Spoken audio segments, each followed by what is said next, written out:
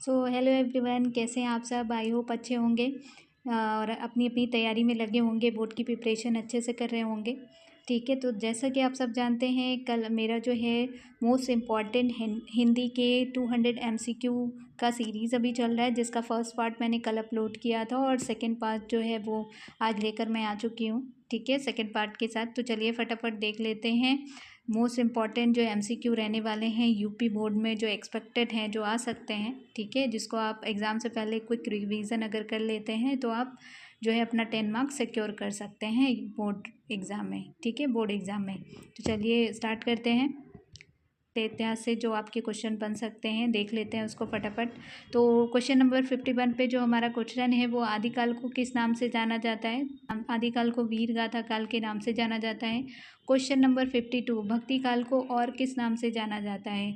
तो भक्ति काल को स्वर्ण काल के नाम से भी जाना जाता है। क्वेश्चन नंबर 53 रीतिकाल की प्रमुख विशेषताएं क्या है। तो श्रृंगार का वर्णन जो है रीतिकाल की प्रमुख विशेषताओं में से एक है। ठीक है। क्वेश्चन नंबर 54 आधुनिक काल का प्रारंभ किससे माना जाता है। ठीक है, तो भारतेंदु युग से माना जाता है कि आधुनिक काल का प्रारंभ हुआ है। छायावाद काल की समय अवधि लगभग क्या रही है। ठीक है, तो 1918 से लेकर 1936 तक छायावाद की अवधि रही है। और कवि एवं रचनाओं से जो इम्पोर्टेंट क्वेश्चन आपके बन सकते हैं। फणीश्वर नाथ रेणु जो है ये मैला आंचल के लेखक हैं, उनकी रचना है ये। क्वेश्चन नंबर 52 परशुराम की परीक्षा के कवि कौन है। रामधारी सिंह दिनकर हैं। क्वेश्चन नंबर 54 आत्मकथा किस विधा की रचना है।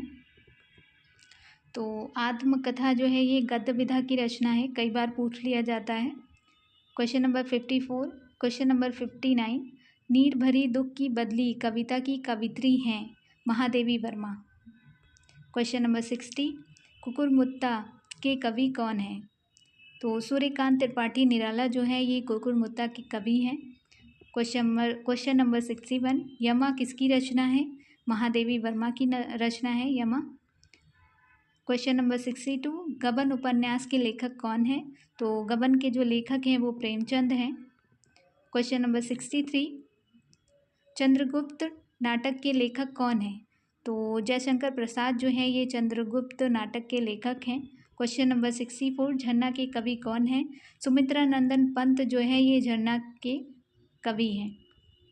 क्वेश्चन नंबर 65 मधुशाला के रचयिता कौन है। तो हरिवंश राय बच्चन जी जो है ये हरिवंश राय बच्चन जो है ये मधुशाला के रचयिता हैं। अलंकार से जो इम्पोर्टेंट क्वेश्चन आपके बन सकते हैं। नदी हंस रही है कौन सा अलंकार है। तो नदी हंस रही है भी ये मानवीकरण अलंकार है। ठीक है। क्वेश्चन नंबर 67 कमल नयन कौन सा अलंकार है। ठीक है, तो ये रूपक अलंकार है।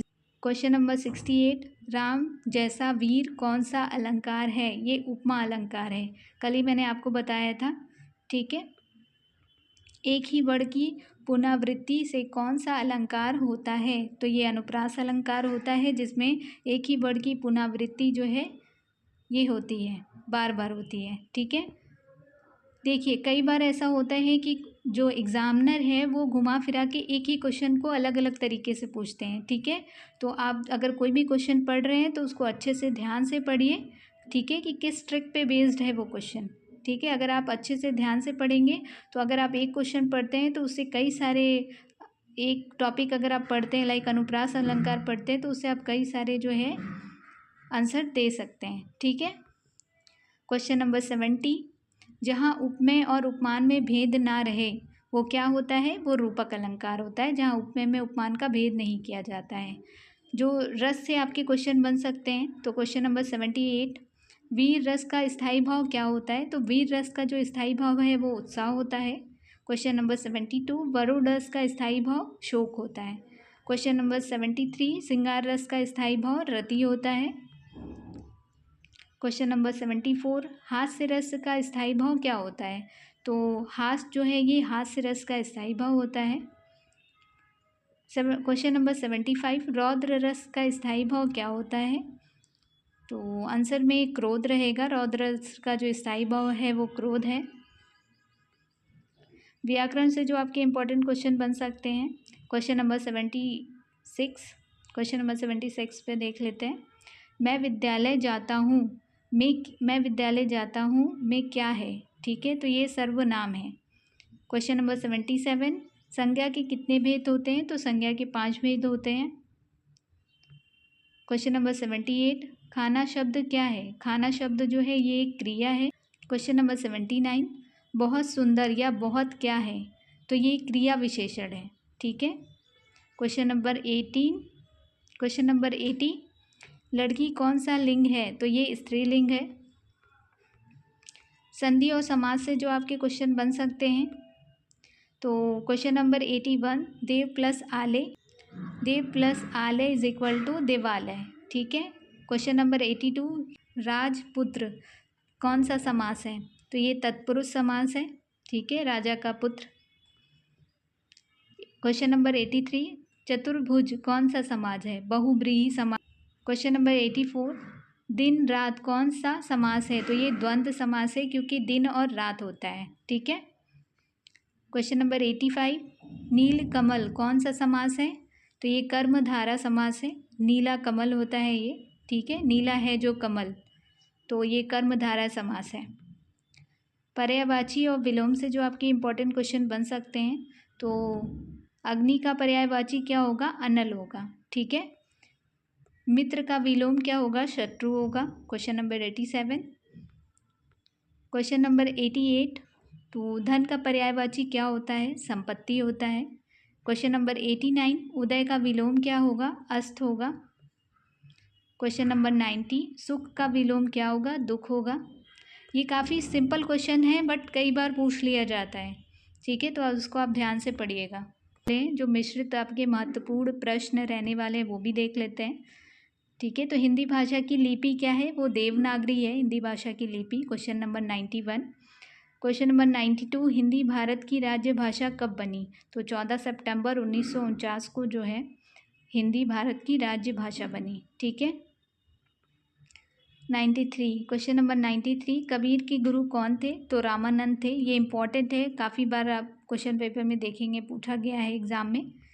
तो क्वेश्चन नंबर 94, भारत माता शब्द का प्रयोग किसने किया, तो बंकिम चंद्र चट्टोपाध्याय ने भारत माता शब्द का प्रयोग किया था।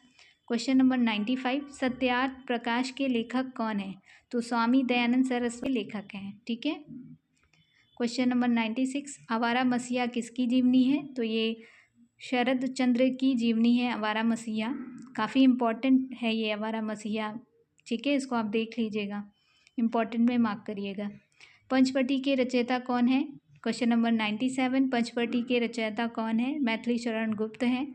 क्वेश्चन नंबर 98, लोकायतन के लेखक कौन है, तो नागार्जुन जो है ये लोकायतन के लेखक हैं। क्वेश्चन नंबर 99, हिंदी साहित्य का पहला महाकाव्य कौन है, ठीक है, तो पृथ्वीराज रासो जो है ये हिंदी साहित्य का पहला महाकाव्य है, इसको आप इम्पोर्टेंट में मार्क करिएगा। क्वेश्चन नंबर 100, हिंदी का पहला उपन्यास परीक्षा गुरु, ये भी काफ़ी ज़्यादा इम्पॉर्टेंट है। तो आई होप आपको ये वीडियो अच्छा लगा होगा। अगर आपको वीडियो अच्छा लगता है तो वीडियो को लाइक करिए, शेयर करिए, चैनल को सब्सक्राइब करिए, जिससे कि हमें मोटिवेशन मिले, वीडियो आगे इम्पॉर्टेंट वीडियो लाते रहें, ठीक है। मिलते हैं नेक्स्ट पार्ट के साथ, तब तक के लिए बाय।